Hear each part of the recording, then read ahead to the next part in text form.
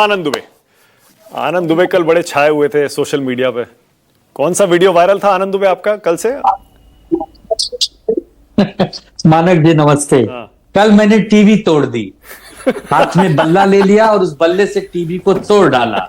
न रहेगी बांस न बजेगी बांसुरी, और न मैंने मैच देखा और न मैंने किसी को देखने दिया। अपने घर में भी सबको शांति बनाए रखने की अपील की। कोई मैच नहीं देखेगा, और रेडियो नहीं है मेरे पास, इसलिए रेडियो पे भी सुन नहीं पाया। पूछिए। अब वक्त पे आइए ना, सीधा सीधा मानक भाई बताइए। आप तो फंस गए वक्त पे, इधर जाएं या उधर जाएं।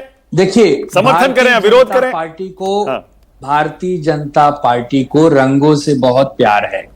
ये रंग बदलना चाहते हैं। ये हिंदुत्व की बात करने आए थे। इन्होंने दलील दी थी कि देश के करोड़ों करोड़ों हिंदुओं की आस्था को विश्वास में लेते हुए हम हिंदू की पार्टी बनेंगे। हिंदू की पार्टी बनते बनते कब मुसलमानों से प्यार हो गया पता ही नहीं चला। ये वक्फ में सुधार चाहते हैं।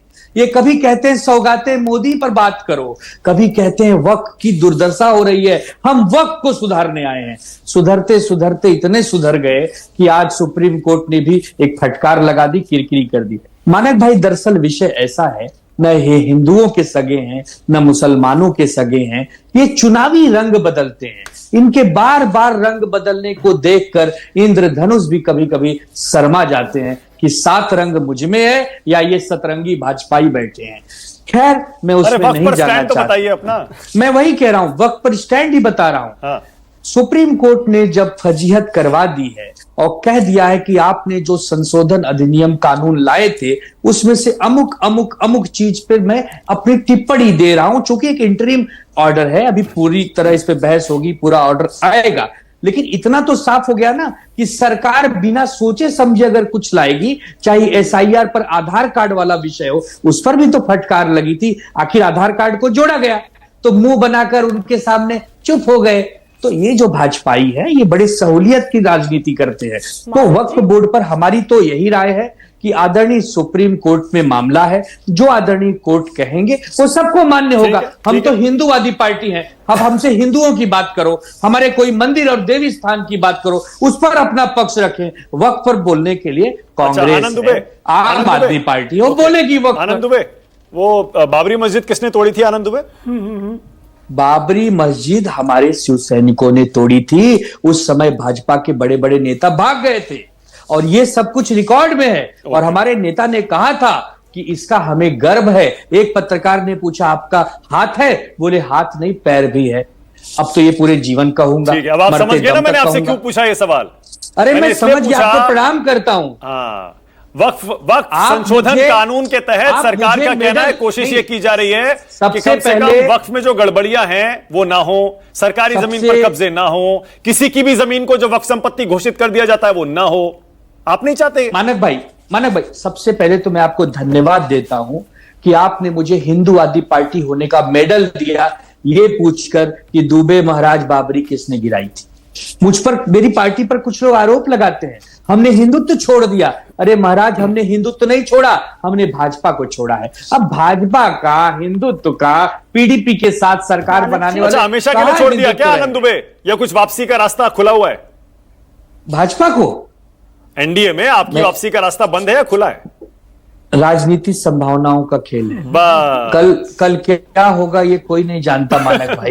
आज पर बात करिए ना। अभी तो हम कांग्रेस के साथ, ठीक है, शिवम त्यागी जवाब दे रहे हैं, उसके बाद शिवम बोलिए भाई। और देखिए, मैंने कहा था ना, अब विपक्ष इसको ऐसे ही उठाएगा और संदेश भी यही जा रहा है कि बार बार जो भी कानून आप लाते हैं उसमें सुप्रीम कोर्ट को बदलाव करना पड़ता है। इसका मतलब यह है कि आप सबको साथ लेकर नहीं चल रहे। नहीं, इसका मतलब यह है कि कानून को हर तरीके से टेस्ट होकर जाना चाहिए। मैं मानता हूं कि पार्लियामेंट्री स्तर पर भी उस पर बहस हो, उसकी टेक्निकलिटी भी सुप्रीम कोर्ट में चेक हो। हर तरीके से कानून पास होने के बाद वो कानून बने, ताकि कल कुछ लोग आकर ये ना कहें कि नहीं नहीं ये तो धर्म के खिलाफ है, ये तो अल्पसंख्यकों के खिलाफ है। ऐसा नहीं होना चाहिए। और एक और सुनिए, हमारी जो बहन है उन्होंने कहा कि ये जो पहले कहते थे कि कोर्ट नहीं जा सकते हैं, ये नहीं जा सकते हैं, खासतौर पर इस मामले में जो अपना है, और ये बिल्कुल गलत था, ऐसा था वैसा था। बिल्कुल नहीं।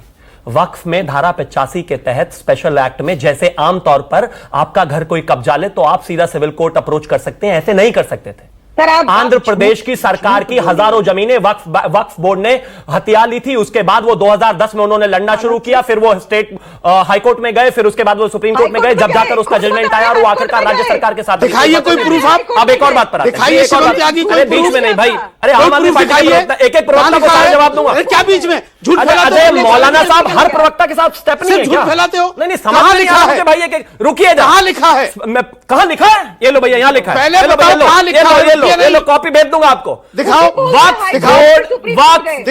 धारा 85 के तहत कोई भी व्यक्ति सीधा कोर्ट नहीं जा सकता, पहले उसको ट्राइब्यूनल जाना पड़ेगा। अगर ट्राइब्यूनल में उसके फेवर में फैसला नहीं आता है तो फिर वो कोर्ट जाएगा। ये रहा धारा 85 पढ़ लेगा, गूगल करने की जरूरत है, कर देगा, काम हो जाएगा। प्लीज बीच में नहीं, अरे मैंने आम आदमी पार्टी को जवाब दिया था, ये आम आदमी बराबर में बोल पड़े। अब आगे चलते शिवसेना के प्रवक्ता ने कहा कि अरे देखिए ना, ये मुसलमानों के काम ज्यादा करते हैं, कहते हैं अपने आपको हिंदूवादी पार्टी। तमिलनाडु के पेयम्बदूर में कोलतार गांव में जो 1500 साल पुराना मंदिर है, जितना पुराना धर्म नहीं है जिसके लिए वो एक्ट बना हुआ है, उस पूरे गांव को जो है, जो हिंदुओं का गांव था और क्रिश्चियंस का गांव था, उस पूरे गांव को जो है वक्फ ने क्लेम कर दिया। बताते रहो अपने आप को कि वक्फ एक्ट जो है। 10 सेकंड और रुक जाइए। एक और चीज, इसी देश में सच्चर कमेटी की रिपोर्ट आई, इसी देश में लोग कहते हैं कि दलितों से भी बुरा हाल मुस्लिमों का है। इसी देश में 10 साल पहले वक्फ के पास 13 लाख एकड़ जमीन थी और वो जमीन जो है 10 साल में बढ़कर 39 लाख एकड़ हो गई। कहां से हो गई भाई? सुप्रिया श्रीनेत, और सुनिए,